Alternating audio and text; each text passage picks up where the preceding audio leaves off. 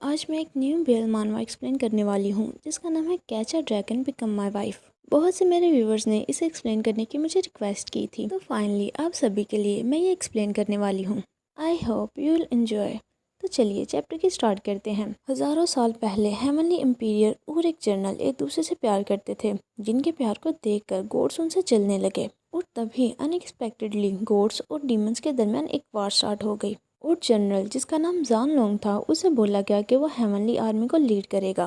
मगर उस जंग में जनरल जुआनलोंग बहुत ज़्यादा इंजर्ड हो गया। इसके बाद हम उसी टाइम का सीन देखते हैं जहां जनरल जुआनलोंग बहुत ज़्यादा इंजर्ड था। जब एम्परर उसे इंजर्ड होकर गिरते हुए देखता है तो वो जल्दी से उसका नाम बुलाते हुए उसकी तरफ भागने लगता है। वो उसे अपने आर्म्स में थाम कर बैठा हुआ था और काफ़ी ज़्यादा रो रहा था। उसे इतना ज़्यादा रोते देखकर जनरल जुआनलोंग आहिस्ता से अपनी आइज़ को ओपन करता है और उसे बोलता है, रोना बंद करो। ऐसा तो नहीं है कि मैं हमेशा के लिए एशेस में चेंज हो जाऊंगा।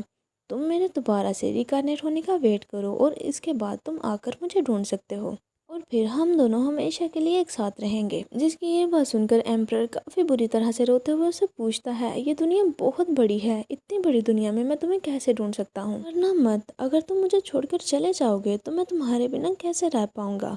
जिस पर जाओलोंग बोलता है, तुम मेरे फेस पर ये स्कार देख सकते हो ना? ये स्कार कर्मा फायर की वजह से मुझे मिला है और ये स्कार बॉडी पर नहीं बल्कि मेरी सोल पर है। हर रिकार्नेशन और मेरी हर लाइफ में ये स्कार यहीं पर रहेगा।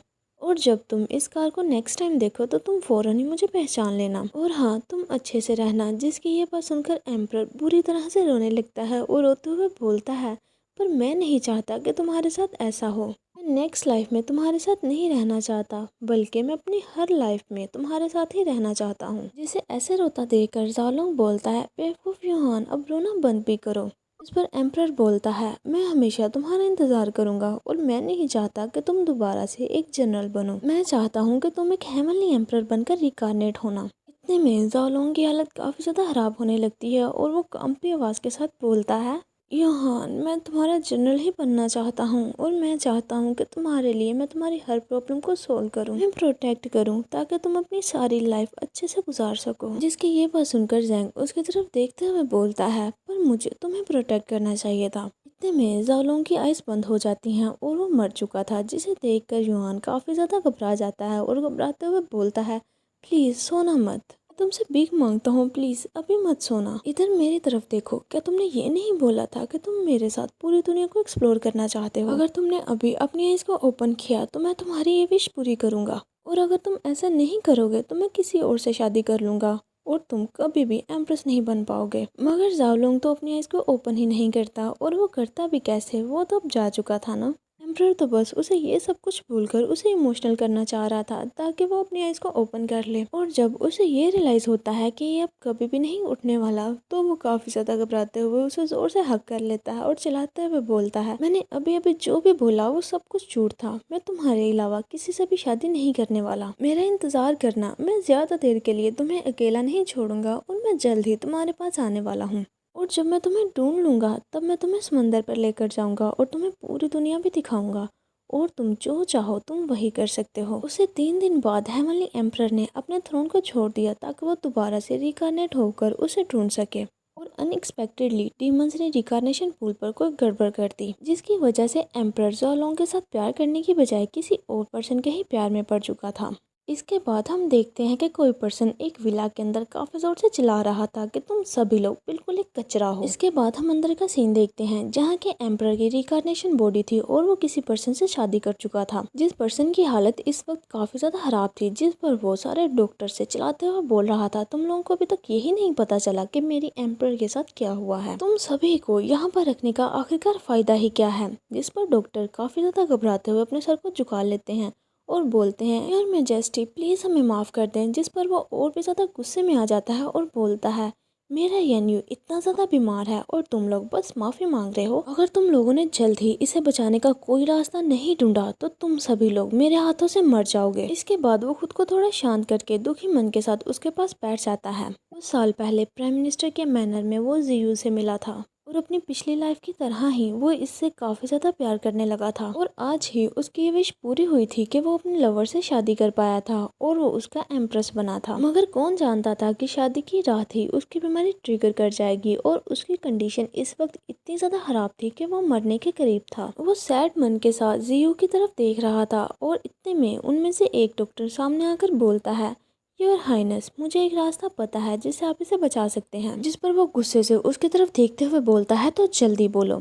डॉक्टर बोलता है, चैंग से बाहर फूलों से घिरी हुई एक पहाड़ी है, इसके नीचे हजारों साल पुरानी एक लेक है और वहाँ पर जाओलोंग रहता है।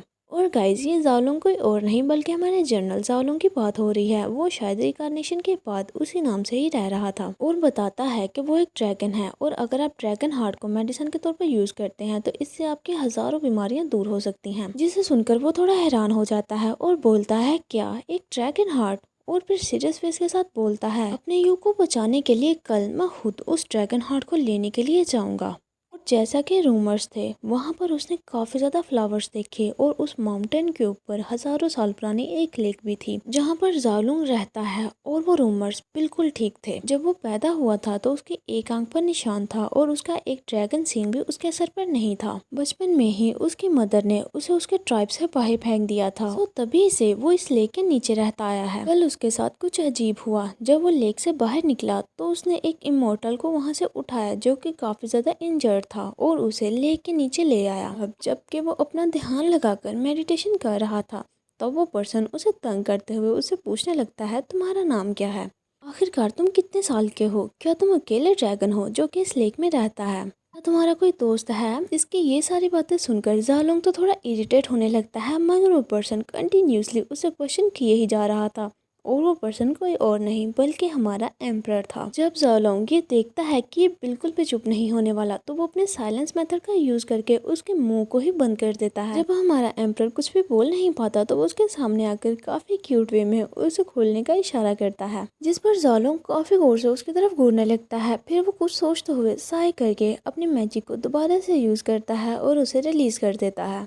और जैसे ही एम्परर का मुंह खुलता है तो वो काफी बुरी तरह से कफ करने लगता है और फिर वो उसे देखते हुए जल्दी से उसके फेस के बिल्कुल क्लोज आ जाता है और काफी ज्यादा स्माइल करते हुए उससे बोलता है, तुम्हारी आइज तो काफी ज्यादा प्रीटी हैं, ये ग्रीन कलर तुम पर सूट करता है। क्या तुम इतने ही प्रीटी पैदा हुए थे और तुम ये मार्क्स क्यों पहनते हो? अगर तुम इस मार्क्स को उतार देते हो तो तुम और भी ज्यादा प्यारे लगोगे। मैं तुम्हारे मार्क्स को उतार देता हूँ। ये बोलकर वो अपने हाथ को उसके फेस की तरफ बढ़ाने लगता है, जिस पर ज़ाओलॉन्ग उसके हाथ को पकड़कर उसे रोकता है और बोलता है, क्या तुम्हें मुझसे डर नहीं लगता? जिस पर वो और भी ज्यादा स्माइल करते हुए बोलता है, वैसे मुझे तुमसे डरना क्यों चाहिए? तुमने मुझे बचाया था ना। तो देखा जाए तो तुम इतने ज्यादा इवल ड्रैगन नहीं हो जैसा कि रूमर्स में बोला जाता है और मैं तुम्हें पसंद करता हूँ। जिसके ये बात सुनकर ज़ाओलॉन्ग काफी ज्यादा हैरान होते हुए उसकी तरफ देखने लगता है। से क्या ज़ाओलॉन्ग को ये नहीं पता कि ह्यूमंस अपनी डिजायर्स को छुपाने में काफी ज्यादा माहिर होते हैं। उसने क्लियरली ये बोल दिया था कि वो उसे लाइक करता है, मगर मन में वो यही सोच रहा था कि वो किस तरह से इसे मारकर इसके हार्ट को हासिल करेगा। उसकी लाइफ को सेव करने के बदले में वो उसे मारने का सोच रहा था।